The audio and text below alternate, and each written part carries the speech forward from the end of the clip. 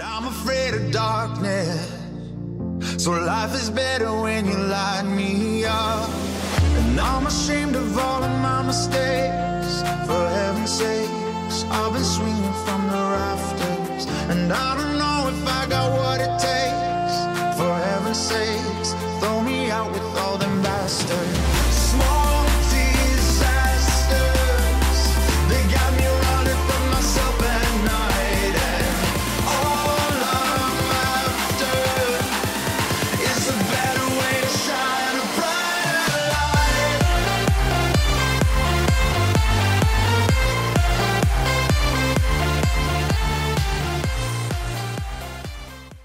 Alô, alô, guerreiros, como vão? Concurso Guarda Municipal de Parreiras. Eu, professor Sormani Alves, vou fazer uma revisão para vocês de atualidades. Procurei algumas perguntas dos assuntos mais recentes para que a gente possa fazer uma reflexão aqui, ficar bem preparados para que a gente possa fazer uma excelente prova. Eu, juntamente com Implacável Concurso, iremos ajudar vocês aí a conseguir o sonho que é trabalhar nessa bela cidade de Parreiras. Vocês vão, se Deus quiser, ser um guarda municipal dessa cidade. Então, eu preparei para vocês, então, algumas perguntas de temas que são mais frequentes hoje perguntar sobre esses assuntos. Eu até vou falar um pouquinho da questão da guerra da Ucrânia com vocês aí sobre a Rússia, mas como a guerra não acabou ainda, né, nós vamos fazer dessa forma, então a gente só dá uma pincelada nisso aqui, porque pode se perguntar, mas eu acho que menos provável ainda, né, porque não teve os desfechos, você nem praticamente acha perguntas sobre isso aí de exercício. Ao final dela, com certeza, vão ter mais, mas eu vou dar uma pincelada para vocês nesse assunto também. Então vamos lá, os assuntos que mais pertinentes, que mais caem, né? Então a primeira pergunta aqui, ó. A gente vive numa nova ordem econômica, tá, gente? É isso aí, ó. Principalmente esses países aqui, ó. Os países de amarelo que vocês estão vendo são considerados países desenvolvidos e os de verde, países em desenvolvimento, onde está a questão do Brasil e tudo mais. Essa é a chamada nova ordem econômica, né, que divide o mundo entre desenvolvidos e em desenvolvimento. Esses países desenvolvidos são chamados de países centrais, tá vendo? Localizados na Europa, na América do Norte e alguns territórios asiáticos, como Japão e Coreia. A China não está, tá vendo? Presta atenção nisso aí, a China não está como país centrais, país desenvolvido. Isso não é eu que estou falando, isso é colocado até hoje, é assim, tá? Então, o maior lucro desse país, está em atividade de bancos e outras instituições financeiras. Então, eles vendem também tecnologia para os países de verde, que está em desenvolvimento, como está a China também ainda. Porque o governo é um governo socialista, né? O governo, a economia de mercado, a economia capitalista, mas o governo é, então, e quando foi feita essa nova ordem, praticamente a China não era tão poderosa como hoje. Um detalhe para vocês que embaixo aí tem Austrália e Nova Zelândia, que são países desenvolvidos. Países periféricos são os países todo de verde aí que vocês estão vendo, né? Países com economia primitiva, baseada na agropecuária e na exportação de matérias-primas. Então, menor grau de desenvolvimento é localizado na América, América Central e Oriente Médio. Então, há uma eterna briga aí entre países centrais e periféricos, justamente por causa dessa situação. Esses países de amarelo querem vender tecnologia mais cara e comprar produtos de agropecuária, commodities como minério, petróleo, mais barato. Tá? Então, eu estou dando uma pincelada para vocês de como é a situação do mundo hoje. Lembrando que eu falei com vocês, da China aí no caso. E nós temos países semiperiféricos ou emergentes, que são os BRICS, aí, ó, Brasil, Rússia, Índia, China e África do Sul, que são chamados países emergentes, que estão numa situação de não são ricos, centrais, mas também não estão tão pobres assim. Então, esses BRICS, principalmente, é por causa da questão do consumo, que é muito grande. Por exemplo, a Índia tem 1 bilhão e 300 milhões de habitantes. A China, 1 bilhão e 400 milhões de habitantes. O Brasil, 215 milhões. É muita gente. Concorda? Então, vem a pergunta. Com relação ao plano econômico, A nova ordem mundial é marcada pela presença de vários polos de poder econômico no globo. A partir de um critério de classificação, os países do globo na atualidade podem ser divididos com relação às questões econômicas em países desenvolvidos e países subdesenvolvidos, B, países centrais e países desenvolvidos, centrais e desenvolvidos, a letra B é a mesma coisa, então é errado. Letra C, países emergentes e países promissores, não tem nada de países promissores, vocês não viram que eu não falei nada de países promissores, errado. Letra D, países pobres e países de industrialização tardia, também não falei nada disso, então fora. Letra E, países socialistas e país de economia planificada é de país socialista, então não tem nada a ver. Então a resposta é letra A, países desenvolvidos e países subdesenvolvidos, como está aqui no mapa que eu estou mandando para vocês, ok? Então eu queria até dizer para vocês aqui, que ao final do slide aí tem o gabarito, tá? Para vocês aí acompanhar novamente, para vocês fazerem depois. Estou mandando para vocês também os slides aí, porque aí vocês possam acompanhar o que eu tenho a falar novamente para vocês, tá ok? Vamos à próxima pergunta. A crise dos refugiados na Europa atingiu seu auge no ano de 2015. Nesse ano, os países do continente receberam um grande fluxo de indivíduos provenientes da África e do Oriente Médio, os quais se dirigiam como destino final a países da União Europeia, como a Alemanha. Assinala uma alternativa que indica o motivo para o intenso fluxo de refugiados para o bloco europeu. Lembrando que aí, ó, está tentando atravessar o mar Mediterrâneo, tá vendo pela foto aí, os imigrantes, tá? Eles vão tentar por aí sair fora. Então, é uma tentativa de sair do norte da África em direção à questão da Europa. Atenção numa coisa para falar com vocês. Muitos desses povos aí, por exemplo, não são só da África e da Ásia que tentaram atravessar o mar Mediterrâneo para chegar na Europa. Muitos também, certo? Vieram do leste europeu. Então, de países como Polônia, Romênia, República Tcheca, República Eslováquia, Croácia, a Ucrânia, muita gente saiu para ir também morar em países como a Alemanha, como a França, como a Inglaterra, ok? Mas esse aqui está falando justamente dos refugiados. Então, preste atenção aqui, ó. Nesse ano, os países do continente receberam um grande fluxo de indivíduos provenientes da África e do Oriente Médio, os quais dirigiam com o destino final países da União Europeia, como a Alemanha, principalmente. Assinala a alternativa que indica o motivo para o intenso fluxo de refugiados para o bloco europeu, principalmente os africanos, como está a pergunta aí. A busca por melhores condições de emprego e renda dos países europeus. Pode ser, né? B. Maior segurança jurídica oferecida para os refugiados que chegam à Europa. De jeito nenhum. Toda vez que eles chegaram lá, maltratados eles foram. Não tinha a segurança jurídica nenhuma. C. A política de imigração de mão de obra qualificada adotada pelos países europeus. Não tem nada de política de imigração. O que eles não querem é gente de outros povos, porque estão, como eles falam, roubam o emprego deles. D. A baixa taxa de natalidade existente na maior parte dos blocos de nações europeias. Nada a ver. Então, a resposta correta, por que estão indo intensamente querendo ir para a Europa, principalmente os da África, do Oriente Médio, né, da Ásia e até aqui da América mesmo. Busca por melhores condições de emprego e renda nos países europeus. 2, também a letra A. Ok? Beleza? Continuando, a terceira questão.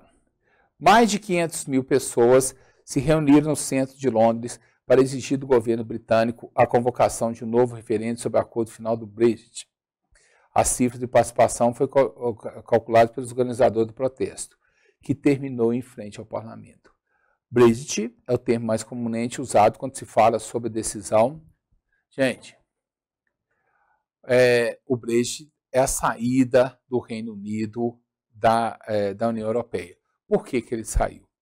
Porque quando a União Europeia tinha 28 países, com um passaporte você vai para Portugal, para a Espanha, para a França, para a Inglaterra, você vai para todos os lugares como cidadão europeu.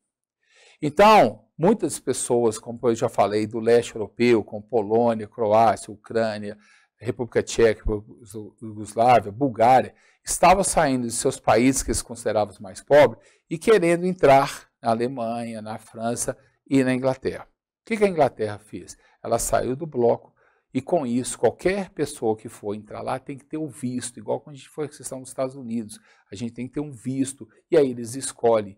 O que eles não querem é imigrantes lá, ok? De outros, nem do leste europeu e nem questão da Europa, nem da Ásia. Por que isso? Porque há um desemprego também na Inglaterra também, a tecnologia tirou o emprego de muita gente vai fazer subemprego que hoje até os próprios ingleses estão fazendo.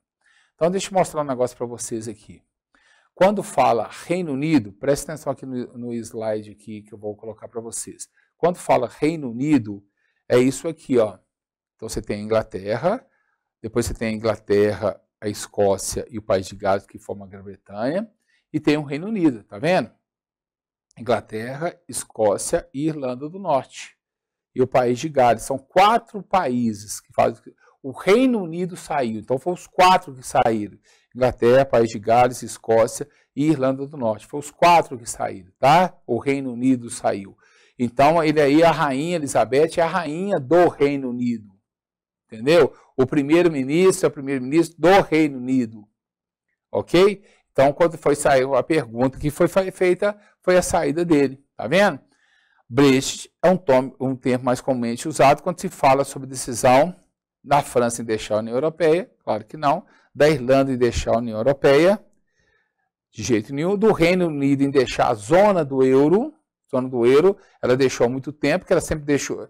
Tem o euro como moeda oficial, viu, gente? Tem o euro como moeda oficial, mas a moeda, a libra, ela nunca foi deixada, nunca eles deixaram de utilizar. Então, você tinha a moeda, o euro, mas a libra continuou. Eles nunca adotaram a moeda, o euro, como oficial, sempre foi a libra. Então, fora.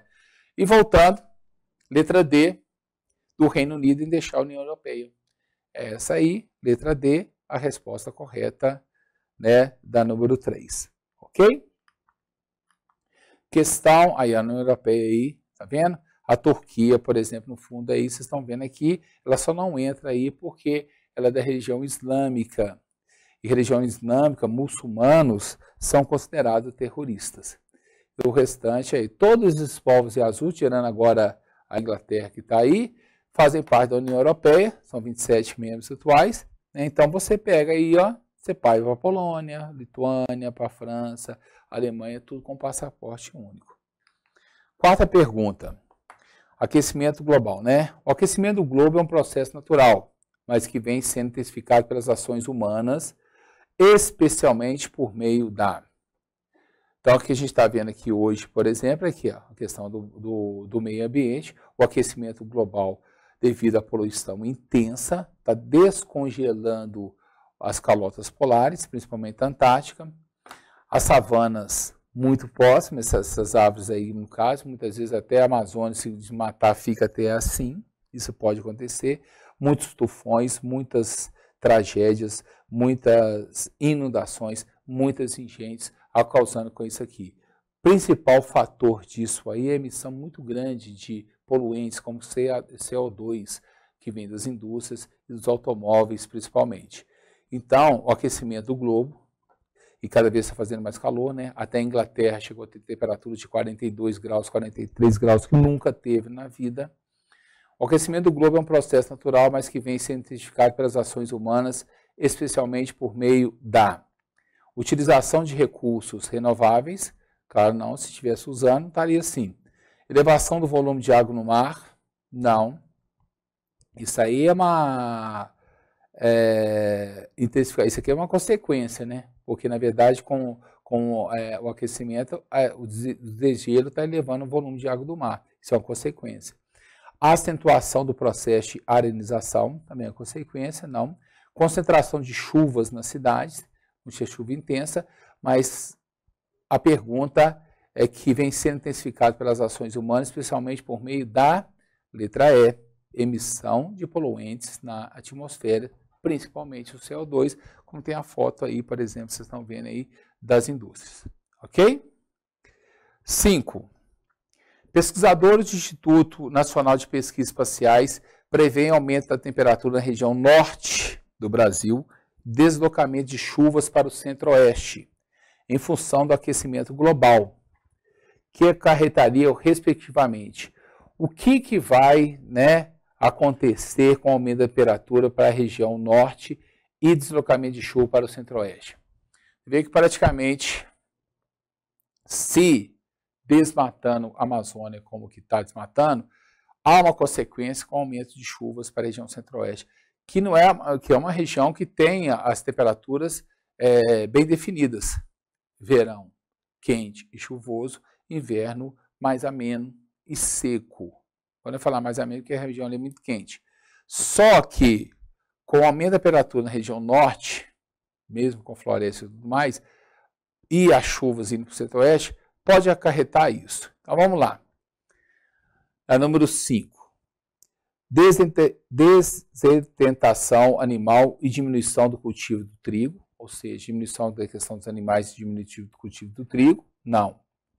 Perda de biodiversidade e prejuízo ao conjunto da soja, pode ser aqui. Desertificação do deserto e alagamentos em metrópoles nacionais, então não é só ali, então está fora da região, então essa letra C está fora. Elevação dos caudais por degelo e subsistência. Não tem degelo, porque na região centro-oeste não tem dessa forma, né, gente? Não tem gelo nem nada. Letra E, ilhas de calor e inversão térmica. Não. O que vai ocasionar esse deslocamento de chuva para o centro-oeste é esse aqui, ó.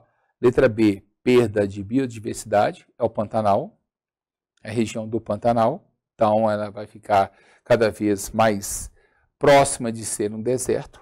E prejuízos ao cultivo da soja, porque na região centro-oeste nossa é que mais se cultiva a soja. E soja hoje é o produto que a gente mais exporta para o mundo todo. Por isso, a resposta número 5 é a letra B, de bola. 6. A China é apontada hoje como a futura superpotência mundial. Apesar da abertura gradual e do aumento das desigualdades sociais, o país oferece uma série de vantagens para o capitalismo internacional. Assinale a alternativa falsa. Tem uma falsa, todas as três é certa. A China está aí, ela tem 1 bilhão e 400 milhões de habitantes. É um país de economia capitalista, mas o governo é socialista. E sendo um governo socialista, há muita ditadura, falta de liberdade de expressão, de opinião.